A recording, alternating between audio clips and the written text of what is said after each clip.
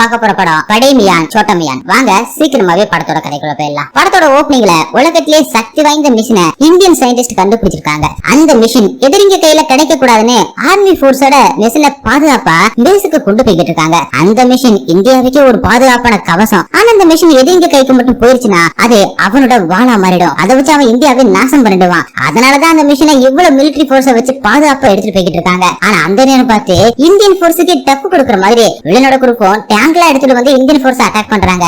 அப்படியே வில்லனும் ஹெலிகாப்டர்ல வந்து இறங்க அங்கே கட் பண்ணி சைனால இருக்கிற ஷாங்காயை காட்டுறாங்க. இந்தியன் போர்ஸஸ் சேர்ந்த கேப்டன் மிஷா இப்ப சைனாவை சேர்ந்த ஷானை ஒரு ஹோட்டல்ல வச்சு மீட் பண்ண வராங்க. அப்ப மிஷாவும் ஷான் கிட்ட இந்த மாதிரி பப்ளிக் பிளேஸ்ல மீட் பண்றது எவ்வளவு ஆபத்து தெரிஞ்சோம், இதுக்காக இந்தியாவில இருந்து சைனாக்கு வர சொன்னீங்கன்னு கேக்குறாங்க. அதுக்கு ஷானோ இந்தியன் ஹிஸ்டரியே புரட்டி போற அளவுக்கு ஒருத்தன் வந்துகிட்டு இருக்கான் அப்படின்னு சொல்றான். யாரு எந்த ஆர்கனைசேஷன் சேர்ந்தவங்க அப்படின்னு மிஷாவும் பதட்டமா கேக்குறாங்க. அதே நேரத்துல இந்தியாவில அந்த ஹெலிகாப்டர்ல இருந்து மாஸ்க் போட்டுக்கிட்டு வில்லன் இறங்கி அங்க மீதி இருக்கிற மிலிட்டரி ஆளுங்களை எல்லாம் சுட்டு தள்ளிட்டு உயிருக்கு போராடிக்கிட்டு இருக்கவங்கள்ட்ட மிகப்பெரிய பிரளயம் வரப்போகுது. அது எப்படி இருக்கும்னா கடந்த காலம், நிகழ்காலம், எதிர்காலம் எல்லாத்தையுமே மாற்றி அமைக்கிற பிரளயம். நல்லதுக்கும் கெட்டதுக்கு நடுவில் நின்று ரெண்டையுமே ஆட்டி படைக்கிற அந்த பிரளயம் அப்படின்னு சொல்லிட்டு அந்த மிஷினை தூக்கிட்டு போயிடறான். அதே நேரத்துல சைனாவில மிஷாவும் ஷான் கிட்ட என்ன நடக்க போகுதுன்னு சீக்கிரமா சொல்லு ஷான் அப்படின்னு கேட்க அவனும் இந்தியா இதுக்கு முன்னாடி இப்படி ஒரு போற பாத்திருக்காது அப்படின்னு சொல்றான். அதுக்கு மிஷாவும் எந்த ஒரு குழுவும் கொடுக்காம வெறும் பிரச்சனையை பத்தி மட்டுமே பேசிக்கிட்டு இருக்க, அதை யாரு என்னன்னு சொல்லு அப்படின்னு கேக்குறாங்க. அதுக்கு ஷானோ வெறும் மெசேஞ்சர் மட்டும்தான், உங்ககிட்ட என்ன சொல்லணுமோ அதை எல்லாத்தையுமே சொல்லிட்டேன் அப்படின்னு சொல்ல அவனுக்கு பின்னாடி இருந்து யாரும் அவனை சுட்டு தள்ள அவனுமே செத்து போயிடறான். ஷான சுட்டவனும் வெள்ளம் போட்டிருந்த மாதிரியே ஒரு மாஸ்கையுமே போட்டுட்டு அங்கிருந்து ஓட அவனை துரத்திக்கிட்டு மிஷாவும் போறாங்க. ஒரு முட்டு சந்தில வச்சு அவனை லாக் பண்ணி அவங்க கூட சண்டை போடுறாங்க. ஒரு கடத்துல அவனை பிடிச்சி ஒரு கேட்ல தள்ளி விட அவனோட கழுத்துல கேட்ல இருந்த கம்பி குத்திடுது. மிஷாவும் அவன் செத்து போயிட்டான் அப்படின்னு நினைக்கிறாங்க. ஆனா அவன் சூப்பர் உள்ள மாதிரி கம்பியை பிடிங்கி கீழே போட்டுட்டு மிஷாவை அடிச்சுட்டு அங்கிருந்து தப்பிச்சு போறான். அங்கே கட் பண்ணி டெல்லியில டிஃபென்ஸ் மினிஸ்டர் அவசரமா ஒரு மீட்டிங்க போட்டு கர்னல் அசாத்தும் கர்னல் காரன் கிட்ட என்ன நடக்குதுன்னு சொல்லுங்க, அந்த மிஷினை யாரை எடுத்துட்டு போனாங்க அப்படின்னு சொல்லுங்க அப்படின்னு கேட்க அவங்களும் வெளில அந்த மிஷினை எடுத்துட்டு போகும்போது அவன் ஒரு வீடியோவை ரெக்கார்ட் பண்ணி அனுப்பிட்டு போயிருக்கான் போல அதை எடுத்து காட்டுறாங்க. அந்த வீடியோல வில்லனும் உங்களை பார்த்தாலே தெரியுது உங்க மண்டைக்குள்ள நிறைய கேள்விகள் ஓடிக்கிட்டு இருக்குன்னு, ஆனா நான் உங்ககிட்ட கேட்க வேண்டிய கேள்வி ஒண்ணுதான், சரியா தப்பான்னு எதை வச்சு முடிவு பண்ணுவீங்க? ஒரு 100 பேர் சேர்ந்து தப்பான விஷயத்தை செஞ்சா அது சரியாயிடும், ஆனா அதே ஒருத்தன் அந்த சரியான விஷயத்தை செஞ்சா அது தப்பாயிடும். அதை விட எவன் ஒருத்தன் பவர்ல இருக்கானோ அவன் பண்ற விஷயம் எல்லாமே சரியாதான் இருக்கும். அந்த பவர் இப்ப என் கையில இருக்கு. இப்ப எனக்கு என்ன வேணும் தெரியுமா? இந்தியா உங்க ஆயுதங்களை வச்சு உலகம் மேப்பில இந்தியாவை இல்லாம பண்ண போறேன், இன்னும் 7 நாள்ல பிரளயம் வரும் அப்படின்னு சொல்லிட்டு அங்கிருந்த மிலிட்டரி வண்டி எல்லாத்தையுமே வெடிக்க வச்சுட்டு போறான். இதெல்லாம் பார்த்து ஆடி போயிடுறாங்க டிஃபென்ஸ் மினிஸ்டர். அப்ப அங்க வந்த மிஷாவும் மினிஸ்டர் கிட்ட சார் நேத்து நான் ஷானை மீட் பண்ண சைனாவுக்கு போயிருந்தேன், அப்ப ஷானோ ஒரு புது எதிரி எப்பவுமே பழைய நண்பனாதான் இருப்பான் அப்படின்னு சொன்னா. இதை கேட்ட மினிஸ்டரும் இப்ப நம்ம என்ன பண்றதுன்னு கேட்க நம்ம எது பண்ணாலும் ரகசியமா தான் பண்ணணும் அப்படின்னு கேப்டன் அசாத்தும் சொல்றாரு. அதுக்கு மினிஸ்டரும் இன்னும் 3 நாள் அவன் கொண்டு போனது இங்க திரும்ப வரணும், அது வரைக்கும் ஹையர் ஆபீசரை நான் பாத்துக்கிறேன் அப்படின்னு சொல்லிட்டு அங்கிருந்து கிளம்புறாரு. அப்பதான் மிஷாவும் கேப்டன் அசாத் கிட்ட அந்த மிஷின்ல இருக்கிற பேக்கேஜ நான் ட்ராக் பண்ணேன், இப்ப அதை இந்தியாவில இருந்து யூகேக்கு கொண்டு போய்கிட்டு இருக்காங்க. ஷானை கொலை பண்ண அந்த ஆளு வில்லன் போட்டிருந்த மாதிரியான ஒரு முகமூடி தான் போட்டிருந்தான், அவனுக்கு அடிபட்டப்ப அந்த காயம் மாயமா மறைஞ்சு போயிடுச்சு அப்படின்னு சொல்ல அசாத் சாரும் இந்த விஷயம் நமக்குள்ள இருக்கட்டும், அந்த பேக்கேஜ் எவ்வளவு இம்பார்ட்டன்ட் தெரியும்ல, அது இப்ப வில்லன் கிட்ட சிக்கிருக்கு, இந்தியாவோட விதியே மாத்திர சக்தி அதுக்குள்ள இருக்கு, அந்த பேக்கேஜை யூஸ் பண்ணிட்டானா அவ்வளவுதான் நம்ம மொத்தமா காலி, நமக்கு அந்த பேக்கேஜ் வேணும், இந்த மிஷனுக்கு இப்ப டிபார்ட்மெண்ட்ல இல்லாத ஆளத்தை எடுக்கணும், அப்பதான் இன்டர்போலுக்கு தகவல் போகாதுன்னு சொல்றாரு. அதுக்கு மிஷாவும் இந்த மிஷன் முடிக்க யாரு வருவாங்க அப்படின்னு கேக்குறாங்க. அப்பதான் அசாத் சாரும் என்னோட ரெஜிமெண்ட் லைன்ஸ்ல யூனிட் லெஃபோர்ட்ல இருந்த கேப்டன் பெரஸும் கேப்டன் ராகேஷும் கோர்ட் மார்ஷியல் பண்ணி வேலையை விட்டே தூக்கிட்டோம், அவங்கள போய் பாரு, அவங்கதான் இதுக்கு சரியா இருப்பாங்க அப்படின்னு அசாத் சாரும் சொல்றாரு. அங்கே கட் பண்ணி கேப்டன் பெரஸும் கேப்டன் ராகேஷும் அசாத் சார் டீம்ல இருந்து ட்ரைனிங்ல இருந்ததை காட்டுறாங்க. இதுல பெரோஸ் தான் சீனியர், எல்லா விஷயத்தையுமே சீனியரா பண்ணணும் அப்படின்னு நினைப்பாரு. ராகேஷ் கொஞ்சம் சேட்டை பிடிச்சவரு, எல்லா விஷயத்தையுமே விளையாட்டா பண்ணி முடிப்பாரு. 2 பேரும் அப்படி இப்படி சண்டை போட்டுக்கிட்டே இருந்தாலும் அவங்களுக்கு கொடுத்த அந்த மிஷனை சிறப்பா செஞ்சு முடிப்பாங்க. அப்படி 8 வருஷத்துக்கு முன்னாடி காட்டுறாங்க.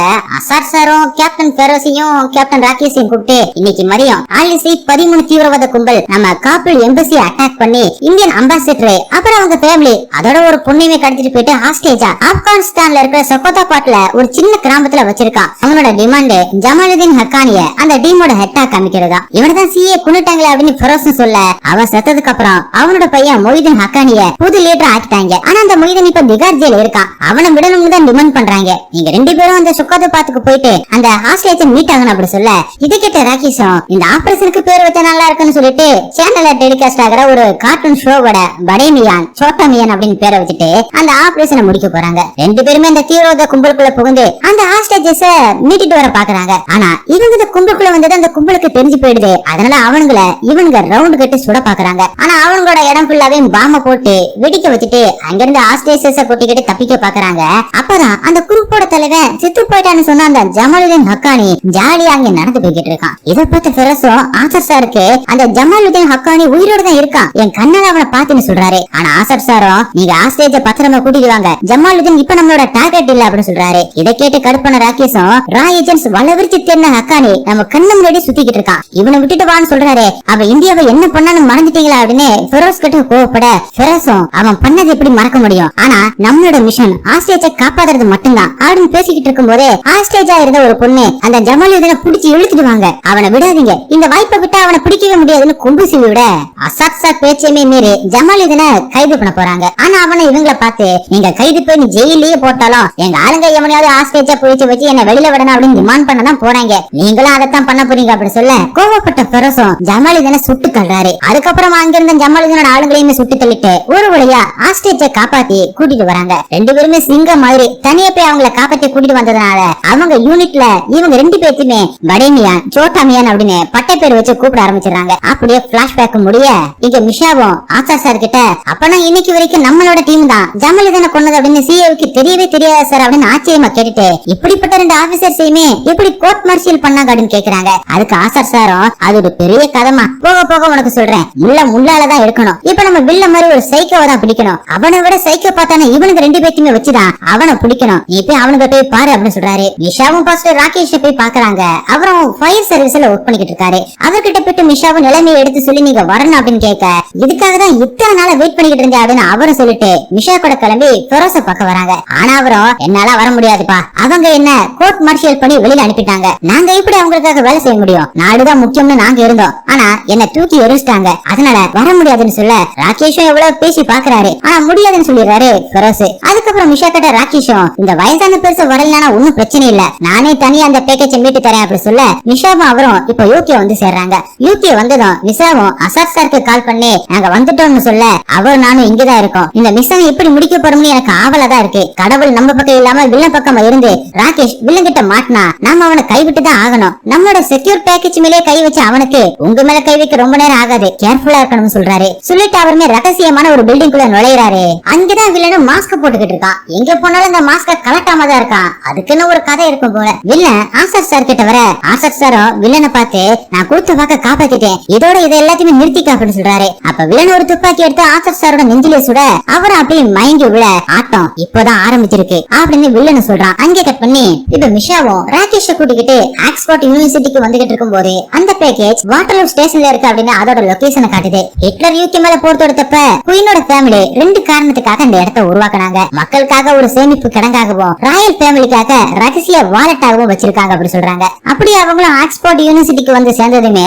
ராகேஷும் மிஷா கிட்ட அந்த பேக்கேஜ் ரயில்வே ஸ்டேஷன்ல இருக்கும்போது நாம இந்த யூனிவர்சிட்டிக்கு வந்தோம் அப்படின்னு கேட்க அதுக்கு மிஷாவும் ஏன்னா அந்த வால்ட்டை திறக்கிறதுக்கு ஒரே ஒருத்தரால் மட்டும்தான் ஹெல்ப் பண்ண முடியும், அந்த பர்மிந்தன் பாவா இங்கதான் இருக்கான்னு சொல்ல ராகேஷ் ஏதோ வயசான பீஸா தான் இருக்கு அப்படின்னு நினைக்கிறாரு. ஆனா அந்த பாவா இந்த காலேஜ்ல படிக்கிற ஒரு பொண்ணு. அந்த பொண்ணை பார்த்ததும் ராகேஷும் வாங்கி போடக்க பாவாவும் ராகேஷோட சிக்ஸ் பேக்ஸ பார்த்து அதை தொட்டு பார்த்து ரசிக்கிறாங்க. அடுத்ததும் பாபாவும் அவங்க ரெண்டு பேத்தையுமே அவங்களோட சீக்கிரட்டான அந்த இடத்துக்கு கூட்டிட்டு போறாங்க. அங்க ஒரு டெக்கி டீம் அவங்களுக்கு கீழே ஒர்க் பண்ணிக்கிட்டு இருக்கு. அப்ப பாபாவும் ராகேஷ் கிட்ட மிஷா அந்த பேக்கேஜ பத்தி சொன்னதுமே நானும் என்னோட டீம் சேர்ந்து வாட்டர்லூ ஸ்டேஷனை ஹேக் பண்ணதான் ட்ரை பண்ணிக்கிட்டு இருக்கோம். அதே மாதிரி வில்லனோட டீமுமே அந்த ஸ்டேஷனை சுத்தி இருக்கிற சிசிடிவி கேமரா எல்லாத்தையுமே வாட்ச் பண்ணிட்டு தான் இருக்கான். நாம எது பண்றதா இருந்தாலும் கூட்டத்தோட கூட்டமா தான் பண்ணணும். ஸ்டேஷனுக்கு 400 மீட்டருக்கு கீழே ஒரு டனல் இருக்கு, அதுக்கு கீழே தான் நம்மளோட பேக்கேஜ் இருக்கு. ஸ்டேஷன்ல போலீஸ் இருப்பாங்க, கீழே வில்லனோட ஆளுங்களுமே அந்த பேக்கேஜ பாதுகாத்துக்கிட்டு இருக்காங்க அப்படி சொல்ல ராகேஷ் ஸ்டேஷனோட மேப்பை பார்த்துட்டு அப்ப டனல் நம்பர் 23 வழியா போனா நம்ம இந்த பேக்கேஜை எடுக்கலாம், ஆனா அந்த நேரத்துல ட்ரெயின் வராம இருக்கணுமே அப்படி சொல்ல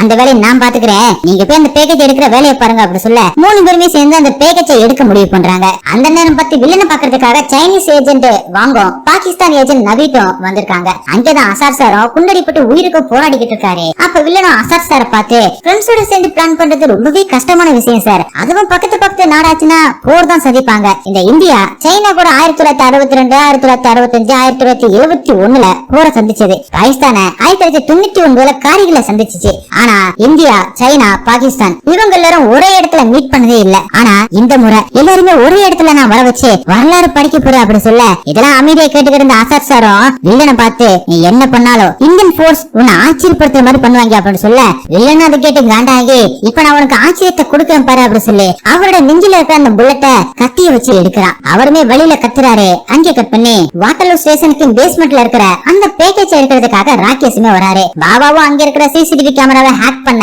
பேக்கேஜ் எடுத்துட்டு போக மிஷாவும் கார்ல சப்வேக்குள்ள ஓட்டிட்டு வராங்க. ராகேஷும் ஒரு வழியா உள்ள புகுந்து வால்ட்ட பாதுகாக்கிற ஆளுங்க எல்லாம் அடிச்சு போட்டுட்டு அந்த வால்ட்டு கிட்ட போறாரு. அந்த நேரம் பார்த்து மிஷாவை சைனால மாஸ்க் போட்டு அட்டாக் பண்ணான் பாத்தீங்களா, அந்த பயப்புல அவன் அங்க வந்து ராகேஷ துவச்சு எடுக்கிறான். ராகேஷ் அவனை கத்திய வச்சுலாம் குத்த பாக்குறாரு. ஆனா அவன் அதுக்கெல்லாம் அசர மாதிரி தெரியல. எத்தனை தடவை அடி வாங்கினாலும் எழுந்து வரான். ஒரு கட்டத்துல ராகேஷ் அவனை ஒரு இடத்துல தள்ளி விட அவனுமே கீழே விழுந்து மயங்கிடுறான். அப்ப அங்க அவன் பாபாவும் வர அவங்க ரெண்டு பேரும் சேர்ந்து அந்த வால்ட் இருக்கிற அந்த இடத்துக்கு போலாம் அப்படின்னு பாக்குறாங்க. அந்த மாஸ்க் போட்டால அசால்ட்டா மறுபடியும் எழுந்து திரும்ப வந்து ராகேஷ அடிக்க கரெக்டா அந்த இடத்துக்கு வில்லனோட ஆளுங்க எல்லாருமே வந்துடுறாங்க. அவங்க கிட்ட ராகேஷும் பாபாவும் மாட்டிக்கிறாங்க. அவங்கள துப்பாக்கி முனையில வச்சிருக்கும் போது பாபாவும் வெளியில வெயிட் பண்ணி இருக்கிற மிஷா கிட்ட மிஷன் ஓவர் அப்படின்னு சொல்ல அதுக்குள்ள எப்படி ஓவர் ஆகும், ஹீரோட என்ட்ரி எப்பவுமே கடைசியில தானே இருக்கும் அப்படின்னு பெருசா ஒரு லாஞ்சரை வச்சு அந்த இடத்தையே வெடிக்க வச்சுட்டு உள்ள மாசா என்ட்ரி ஆகுறாரு. அதுக்கப்புறம் பெருசும் ராகேஷும் ஒண்ணு சேர்ந்து அங்க இருந்தவங்க எல்லாருமே அடிச்சு போட அந்த மாஸ்க் போட்ட மனுஷன் ஒரே ஆளா பெருசுக்கும் ராகேஷுக்கும் டஃப் கொடுக்க கரெக்டா அந்த இடத்துக்கு வேகமா கார்ல வந்த மிஷா அந்த மாஸ்க் போட்டு மேலே காரை ஏத்த அவன் அப்படியே கார் மேலே அப்படியே சாயறான். அதுக்கப்புறம் இவங்க 4 பேரும் சேர்ந்து அந்த வால்ட்டை ஓபன் பண்ணி உள்ள போய் பார்த்தா உள்ள ஏதாவது மிஷின் இருக்குன்னு பார்த்தா அங்க ஒரு லேடி இருக்காங்க. அவங்கள பார்த்ததுமே ராகேஷும் பிரியாமி அப்படின்னு சொல்ல மிஷாவும் இவங்க எப்படி உனக்கு அண்ணின்னு கேட்க அதுக்கு ராகேஷும் இவங்க பெரோசனோட பியான்ஸே இருந்தாங்க அப்படின்னு ராகேஷ் சொல்றாரு. அப்ப பிரியாவும் எனக்கு கல்யாணம் ஆயிடுச்சுன்னு சொல்லிட்டு அவங்க என்கேஜ்மெண்ட் இங்க காட்ட அதை பார்த்ததுமே இனிமே எனக்கு அண்ணி தான் அப்படின்னு பெரோசன் சொல்றாரு. இது எல்லாத்தையுமே பார்த்து குழப்பம் பண்ண மிஷாவும் எல்லாத்தையுமே விடுங்க நம்ம தேடி வந்த பேக்கேஜிங் அப்படின்னு கேக்குறாங்க. அப்பதான் பெரோசும் பிரியாவை காட்டி இவதான் அந்த பேக்கேஜ்னு சொல்ல பிரியாவும் ஆமா நான் தான் அந்த பேக்கேஜ் என்ன வச்சுதான் கரண்ட் கவாச்ச கண்ட்ரோல் பண்ண முடியும்னு சொல்ல எதையுமே புரியாம எல்லாருமே முழிக்கிறாங்க. ராகேஷும் பிரியா கிட்ட வந்து இந்த கரண்ட் கவச்சன என்ன அப்படின்னு கேக்குறாரு. அங்க கட் பண்ணி பிளாஷ்பேக் போறாங்க.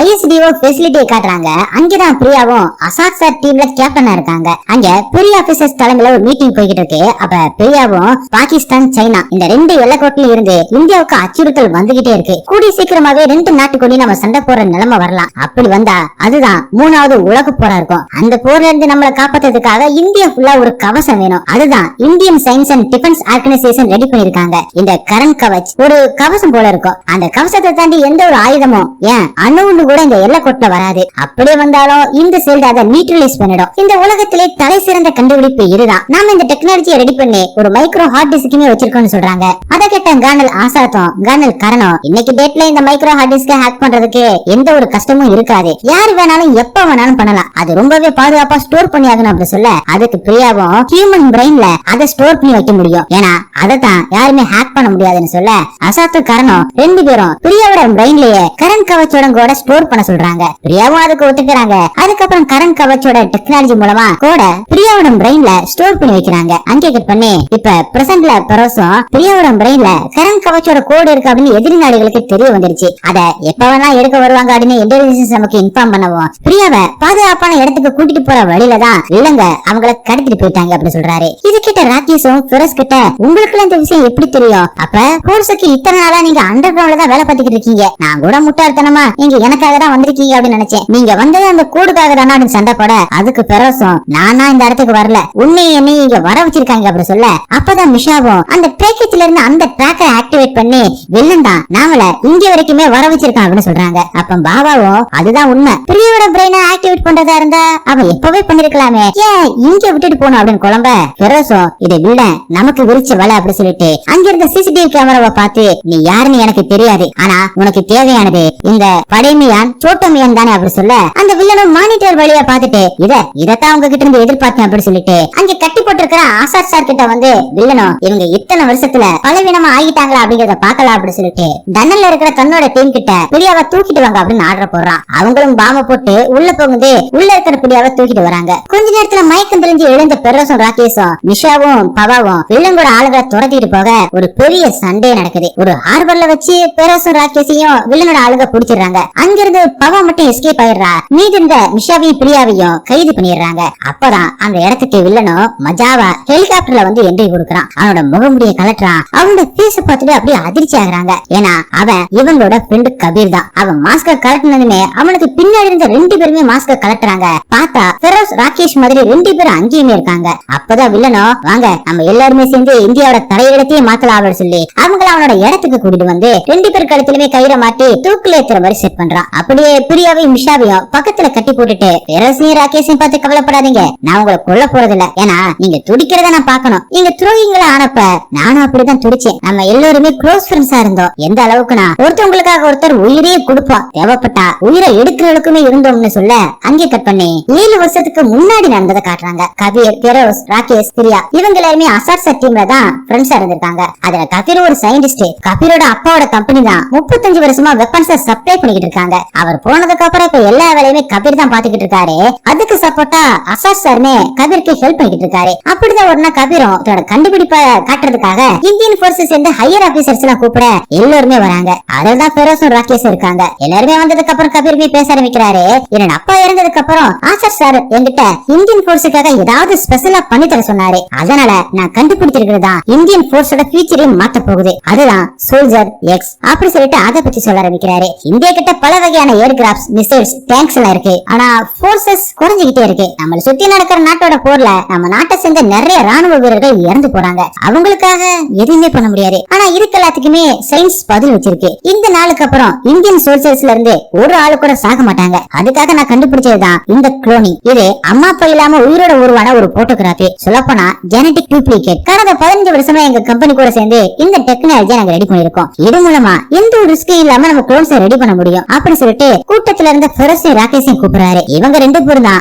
ஆசாத் சார் டீமோட பெஸ்ட். இவங்களோட டிஎன்ஏவை என்கிரிப்ட் பண்ணி வச்சிருக்கோம். இவங்கள மாதிரி நிறைய பேர் இருந்தா நம்ம இந்தியன் போர்ஸை யாராலுமே எதுவுமே பண்ண முடியாது. குளோனிங் மூலமா இவங்கள மாதிரி பல நூறு என்ன 1000 பேரை ரெடி பண்ணலாம். அது மட்டும் இல்லாம வரப்போற வருஷங்கள்ல நான் ரெடி பண்ற குளோன்ஸ் இம்மோர்டலா இருப்பாங்க. அதுக்கப்புறம் எந்த ஒரு நாட்டுக்குமே இந்தியா மேல கை வைக்கணும் அப்படிங்கிற எண்ணமே இருக்காதுன்னு சொல்ல இதுகிட்ட எல்லாருமே கை தட்டுறாங்க. அப்பதான் கபீரும் பெரோஸும் ராகேஷும் இவங்க எல்லா விஷயத்திலுமே பெஸ்ட். ஆனா கமெண்ட ஃபாலோ பண்றதுல ஜீரோ. ஆனா தப்பு அவங்க மேல இல்ல, ஏன்னா அவங்க சாதாரண ஒரு சோல்ஜர்ஸ். அப்படிப்பட்ட சோல்ஜர்ஸ் எந்த சூழ்நிலையில தடுமாறுவாங்கன்னே தெரியாது. அவங்க எப்ப எந்த முடிவு எடுப்பாங்கன்னு தெரியாது. அதனால என்னோட சோல்ஜர்ஸ் எக்ஸ்குள்ள ஒரு ஓவர் ரைட் கமெண்ட வச்சிருக்கேன். அதனால எல்லா குளோன்ஸோட மைண்டையுமே நம்ம ஃபுல்லா கண்ட்ரோல் பண்ண முடியும். அந்த குளோன்ஸ் நம்ம என்ன சொன்னாலும் அப்படியே செய்யும் சொல்ல எல்லாருமே ஆச்சரியமா பாக்குறாங்க. அப்படியே அசாத்தும் கரணும் இதோ பேசிக்கிட்டு அங்கிருந்து எழுந்து போறாங்க. அவங்க போனதுமே பிரியாவும் கபீர் கிட்ட வந்து ஏன் இந்த பிரெயின் கண்ட்ரோல் பத்தி என்கிட்ட ஏற்கனவே சொல்லல அப்படின்னு கேட்க அதுதான் சர்ப்ரைஸ் சொல்ல அதுக்கு பிரியாவும் இந்த பிரெயின் கண்ட்ரோல் பண்றதெல்லாம் ஹையர் ஆபீசர்ஸ் ஒத்துக்க மாட்டாங்கன்னு சொல்ல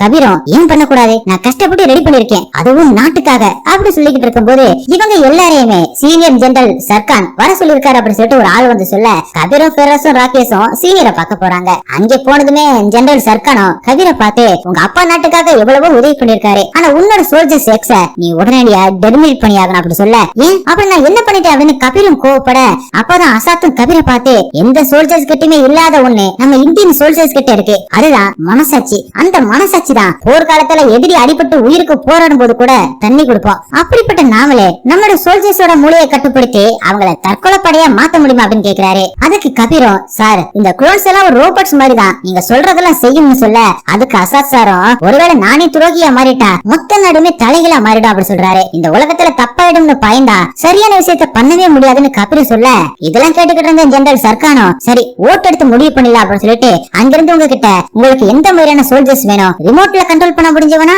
இல்ல மனசாட்சியோட இருக்கிறவனா அப்படின்னு கேட்க அங்கிருந்து எல்லாருமே கபீருக்கு எதிராக ஓட்டு போடுறாங்க. அதுல பெரோஸ் ராகேஷ் இருக்கிறத பார்த்து கபீர் உடைஞ்சு போயிடுறான். உடனே ஜெனரல் சர்கானோ சீக்கிரமா சோல்ஜர்ஸ் எக்ஸ சடன் பண்ணு அப்படின்னு சொல்லிட்டு போறாரு. இதை ஏத்துக்க முடியாம கபீருமே சண்டைக்கு போக ஆனா பெரோஸும் ராகேஷும் பிடிச்சி வெளியில தள்ளுறாங்க. அப்பதான் அசாத் சாரும் கபீரை பார்த்து சோல்ஜர் எக்ஸ டெர்மினேட் பண்ணலனா உன் கம்பெனிக்கு எதிராக சீரியஸான ஆக்ஷன் எடுக்க வேண்டி வரும் அப்படின்னு வார்ன் பண்ணி அனுப்புறாரு. அப்படி பிரியாவும் கபீரை பார்த்து சீனியர் சொல்றத கேளு அப்படின்னு சொல்லி பாக்குறாங்க. ஆனா கபீரும் என்னோட பல வருஷ கனவு இது, இதை நிறுத்த முடியாது, வேணும்னா ஏன் பக்கம் வா, ஆனா நான் உன் பக்கம் வரமாட்டேன் அப்படின்னு சொல்லிட்டு அங்கிருந்து லேபுக்கு போறான். அங்கிருந்து அவரோட சயின்டிஸ்ட் கிட்ட நான் சோல்ஜர்ஸ் எக்ஸ எதிரிங்க கிட்ட தரப்போறேன், அதுக்கப்புறம் தான் இந்தியன் போர்ஸுக்கு சோல்ஜர்ஸ் எக்ஸோட பவரே என்னன்னு தெரிய வரும் அப்படி சொல்றான். இது எல்லாத்தையுமே பிரியாவா அவங்களோட போன்ல ரெக்கார்ட் பண்ணிட்டு வந்து ஜெனரல் சர்கான், அசாத், பெரோஸ், ராகேஷ் இவங்களுக்கு போட்டு காமிக்கிறாங்க. கபீர் அப்படி சொல்லிட்டு போறத பார்த்தா ஜெனரலும் கபீரையே இப்படி பைத்தியம் நடந்துக்கிறான் அப்படி சொல்லிட்டு இருக்கும்போது அங்கிருந்த பெரோஸும் சார் அவன் சொன்ன மாதிரி இதை எதிரிகள் கிட்ட கொடுத்துட்டானா போர் ஆரம்பிச்சிடும், அதுக்கப்புறம் மனிதனையுமே அழிஞ்சிரு சார் அப்படின்னு சொல்றாரு. உடனே அசாத் சாரும் பெரோஸ் கிட்டையும் ராகேஷ் கிட்டையும் நீங்க போய் அவன் லேப காலி பண்ணிட்டு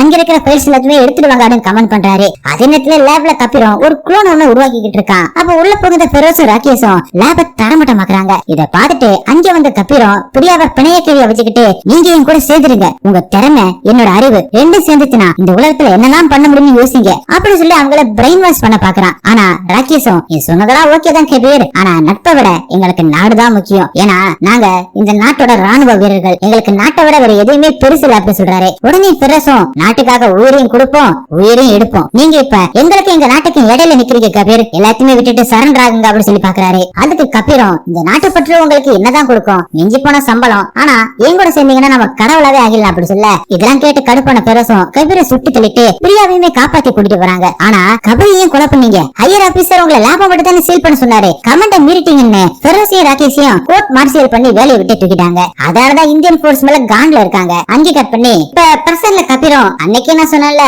உங்க நேர்மைக்கு அரசாங்கம் என்ன தரும்னு, அன்னைக்கு நீங்க சுட்டது நான் இல்ல என்னோட குளோன், அதத்தான் நீங்க லேபுக்கு வரதுக்கு முன்னாடி நான் ரெடி பண்ணிக்கிட்டு இருந்தேன். ஆனா ஃபுல்லாவே ரெடி ஆகிறதுக்குள்ள நீங்க வந்துட்டீங்க. நீங்க உள்ள வந்து என் லேப நாசம் பண்ண ஆரம்பிச்சீங்க. அதனால நான் ஃபயர் ஆக்ஷன்ல சிக்கி என்னோட ஃபேஸ் பாதி கரையிடுச்சு. அந்த டைம்ல தான் என்னோட குளோன் ஏகலைவன் மூலமா உங்ககிட்ட நான் பேசினேன். நீங்க என்ன சொல்றதுன்னு நினைச்சு அவனை சுட்டு கொன்னுட்டீங்க. எல்லாருமே சொல்றது உண்மைதான். இந்த உலகத்துல முதல்ல படிக்கிற அற்புதமான படைப்பு அழிஞ்சிரும். ஏகலைவன் என்னோட குளோன் மட்டும் இல்ல, அவன் தான் என்னோட உயிர், என்னோட குழந்தை. அவனை அநியாயமா கொன்னுட்டீங்க. அதுக்கப்புறம் நான் போட்ட பழி வாங்குற இந்த திட்டம் தான் உங்களை இங்க வந்து கூட்டி வந்து நிறுத்தி இருக்கு. இந்த 7 வருஷத்துலதான் பிரியாவோட கவன் கவச்சமே உருவாச்சு. அந்த நேரத்துலதான் நான் உங்களோட 2 பேரோட டிஎன்ஏ வச்சு உங்களை மாதிரியே ஒரு குளோன்ஸ உருவாக்கினேன். இதுதான் என்னோட பழி வாங்குற நேரம்னு சொல்லிட்டு அசார் சார கைய கட்டி இழுத்துட்டு வந்து இவங்களுக்கு உண்மையை நீங்க சொல்றீங்களா இல்ல நான் சொல்லட்டுமா சார் அப்படின்னு கபீர சொல்ல அசார் சாரும் பெரோசையும் ராகேஷையும் பார்த்து நீங்க இங்க வந்ததுக்கு நான் தான் காரணம், பேக்கச்ச கடத்தினதுமே எனக்கு அந்த வேலையை யார் பார்த்திருப்பாங்க அப்படின்னு நல்லாவே புரிஞ்சு போச்சு. நாட்டை காப்பாத்துறதுக்காக நான் கபீர் கிட்ட அந்த பேக்கச்ச திரும்பி கொடுக்க சொல்லி கேட்டேன். அதுக்கு அவனும் உங்களை கேட்டான். அப்பதான் இவனுக்கு பேக்கேஜ் தேவையில்லை அப்படிங்கறத புரிஞ்சுக்கிட்டேன். அதனாலதான் உங்களை தரேன் அப்படின்னு நான் சொன்னேன். நீங்க 2 பேரும் சேர்ந்து கபீரை கொண்டு பிரியாவை காப்பாத்திடுவீங்க அப்படின்னு சொல்லிட்டு தான் உங்களை வர வச்சேன்னு சொல்ல கபீரா அவர் சுட்டு தள்ளுறான். அசாத் சார் மாதிரியே ஒரு குளோனியுமே வேற ரெடி பண்ணிட்டான் போல. அவரை கூப்பிட்டு வச்சு இனிமே இந்தியாவை யாராலுமே காப்பாற்ற முடியாதுன்னு சொல்லிட்டு அங்கிருந்து பிரியாவை கூட்டிக்கிட்டு ஹெலிகாப்டர்ல கிளம்புறான். அங்கிருந்த பெரோஸ், ராகேஷ், மிஷா இவங்களை தப்பிக்கிறதுக்கு பவா உண்மை ஹெல்ப் பண்றாங்க. அப்படியே அசாத்தோட உடம்ப ராணுவ மரியாதையோட அடக்கம் பண்ணிட்டு ஜெனரல் மூலமா டிஃபென்ஸ் மினிஸ்டர் மீட் பண்ணி இந்தியா இது வரைக்கும் 5 போரை பார்த்திருக்கு. ஆனா இது ஒண்ணு கூட இந்தியா ஆரம்பிச்சு வைக்கல. ஆனா இப்ப கபீர் அந்த கரண்ட் கவச்சை டீஆக்டிவேட் பண்ணிட்டு நம்ம பார்டர்ல இருக்கிற மிசைல்ஸ் யூஸ் பண்ணி பாகிஸ்தான் சைனா மேல ஒரே நேரத்துல அட்டாக் பண்ணுவான். நாம முதல்ல போற ஆரம்பிச்சோம்னா உலக நாடுகளோட சிம்பதி எல்லாமே அவங்க நாட்டு மேல போயிடும். அதுக்கப்புறம் நம்ம நாட்டு மேல பொருளாதார தடலாம் விரிச்சிடுவாங்க. அப்படி விரிச்சாங்கன்னா நம்ம நாடு 50 வருஷம் பின்தங்கிடும். அப்புறம் உலக நாடுகளுக்கு முன்னாடி இந்தியா மண்டிட வேண்டியதுதான் அப்படி சொல்ல இதெல்லாம் கேட்ட மினிஸ்டரும் இப்ப என்ன பண்ணலாம் அப்படின்னு கேட்க அதுக்கு மிஷாவும் கபீரை உடனே தடுத்தாகணும். அதுக்கப்புறம் பக்கத்து நாடுகளுக்கு இந்த மாதிரி நடக்க போகுது அப்படிங்கறத நம்ம இன்ஃபார்ம் பண்ணி ஆகணும் அப்படி சொல்ல மினிஸ்டரும் சீக்கிரமா பண்ணுங்க, நான் உயர் அதிகாரிகளுக்கு தகவல் சொல்றேன் அப்படி சொல்லிட்டு போறாரு. அந்த நேரத்துல கபீரோட டீமும் கரண்ட் கவச்ச டோம் சுத்தி வைக்கிறாங்க. பிரியாவோட பிரெயின்ல இருக்கிற அந்த கோடை எடுத்து கரண்ட் கவச்ச டீஆக்டிவேட் பண்ண ஆரம்பிக்கிறான். அந்த நேரத்துல பெரோஸ், ராகேஷ், மிஷா,